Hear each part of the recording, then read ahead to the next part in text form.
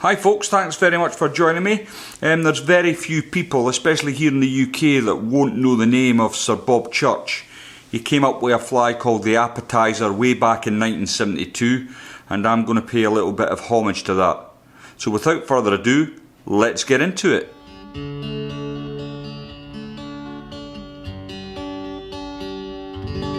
In the vise then is a Hanak H280 barbless hook. This is at size 8 and it's on a medium wire and it's black nickel. The thread I'm going to use today is the Vivus. It's the E01 at 80 and as you can see it's black. First thing I'm going to do is get a bit of wax onto the thread and I'm going to run a layer of wax up the shank of the, a layer of thread up the shank of the hook. And I'm going to run it to the pronounced bump on this 280, just there. Then I can remove that. This was one of the very first lures to actually use marabou in. So, you know, marabou as a fly tyers material's been around for a long time. But first of all, the first thing we've got to do is tie in the tail, which is fairly complex for such a big lure. So I've got an orange feather here and I'm going to just trim away the really loose fibres at the bottom here, and I want to get to the more spiky stuff up a bit. So I'm going to just pull it up and pull it out. It's been a bit unruly, bear with me. And then once I've sort of got the tips married up like that, I can pull that from the stock. And I'm going to tie that in. About 2 centimetres past the bend of the hook, quite a long tail. And I'm just going to catch it in with a couple of turns there. Next on top of that comes the yellow. So I've got a yellow feather here. And I'm going to do like I did with the orange. I'm just going to pull out the fibres till the tips marry up and then rip it away. And I'm going to lay that on top of the orange. As I said, it's a homage to the late Sir Bob Church. It's not the exact dressing because I just simply don't have the materials. I've got a little bit of bronze mallard here and I'm going to take approximately ½ centimetre of that. And I'm going to try and fold it in my fingertips and then lay that on top.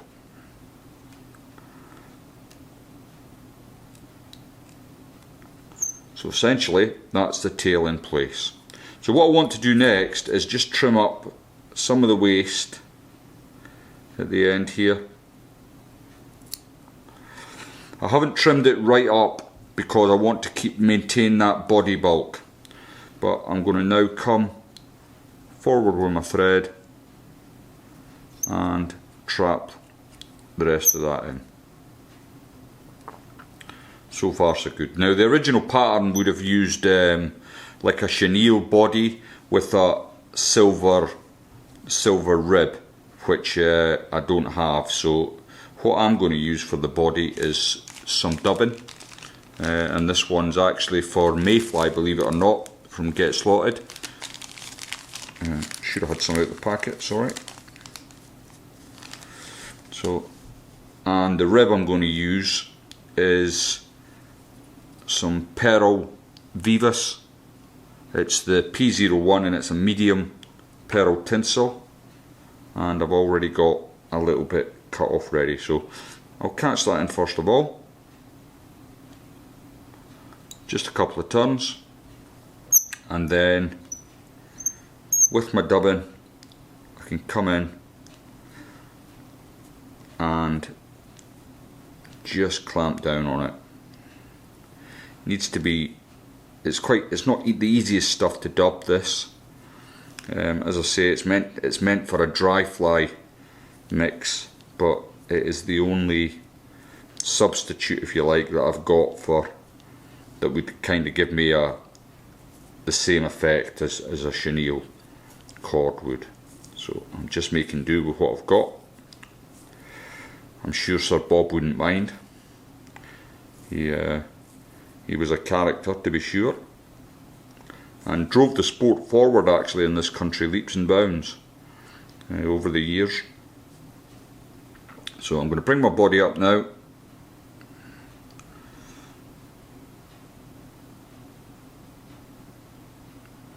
And I want to leave plenty of room at the front because there's quite a lot happens at the front of this fly, so make sure you have got that room that you're going to need.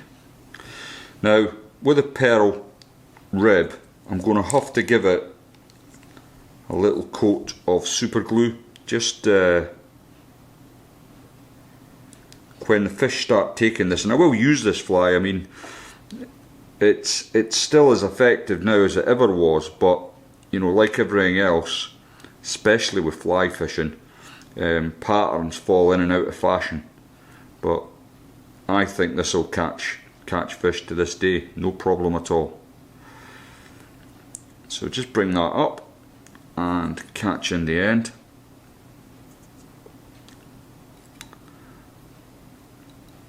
And then I can remove that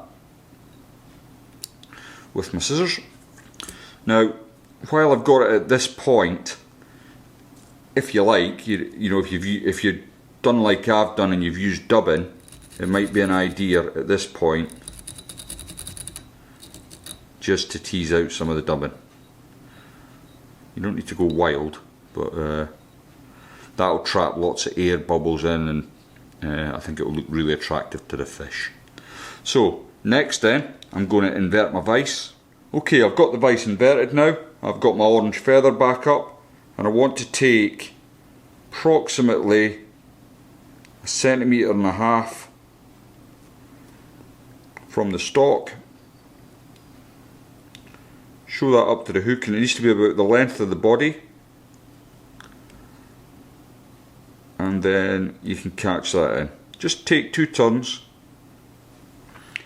and of course your yellow feathers next, same detail, so about 1.5 centimeters, pull it out for the stalk, marry up your tips, and then you can rip that away. And that comes in on top.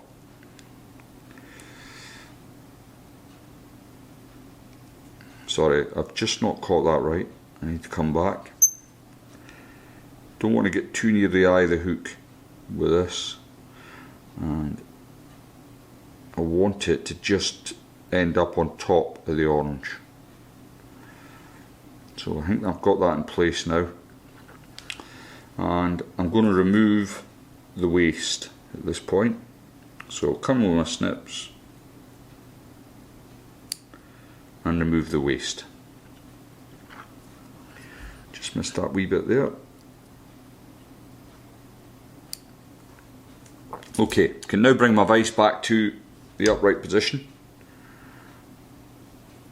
Just get my thread there. And on the top, I'm going to take another little bit of bronze mallard, and again, it's not much, taking about 1 centimeter, bring it parallel to marry the tips up, and take that away. So I'm going to fold that in my fingers and catch that in on top here. Next, trim away your waste from that, and of course, as I said, one of the very first lures in Britain to use marabou. So the marabou I'm going to use on my version of the fly is from Comp Candy. I'm going to use 2 marabous. This is the Lunar UV White, and I'm also going to add a little bit of pink lemonade. So what I do is I've got 2 stalks of it here, and on camera with the harsh lighting you might not see the difference in the colours, but please trust me, there is a very subtle difference.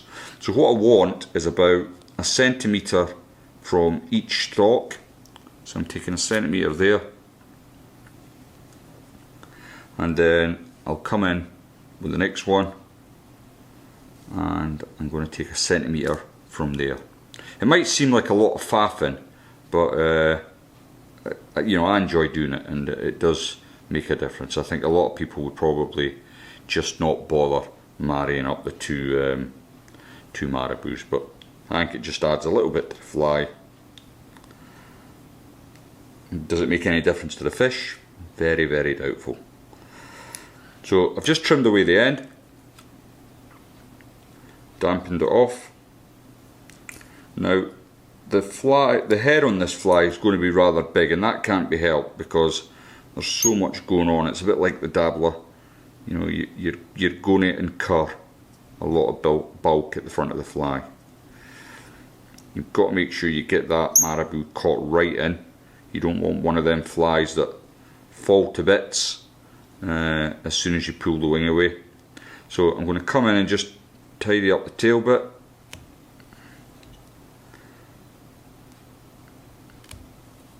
There we go. I'll just damp my finger down, whoops, and bring that back, and then I can concentrate on finishing up the head.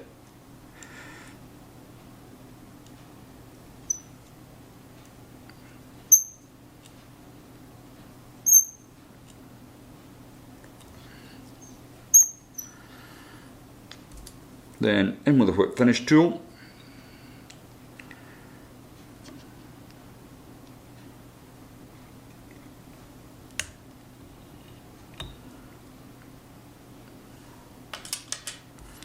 And that can be trimmed away.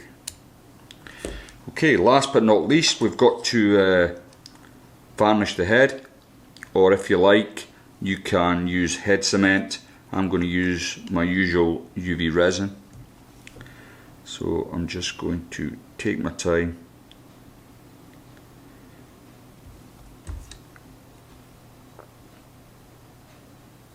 and coat all the way around the head. I want it nice and shiny, and what I often do actually is give it 2 coats. I'm not going to do that here, but to get the finish that I like, it does take 2 coats. So once I've finished chatting to you here, I will give it another coat.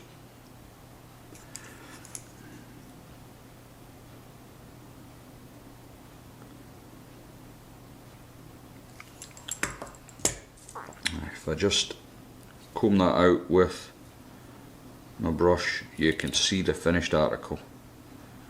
As I say, I'll be giving it another coat once we're done, but there's my version of the appetizer. I hope you enjoyed that. A little tip of the hat to Sir Bob. If you haven't subscribed to the channel, please consider doing so, and I'll see you all next time.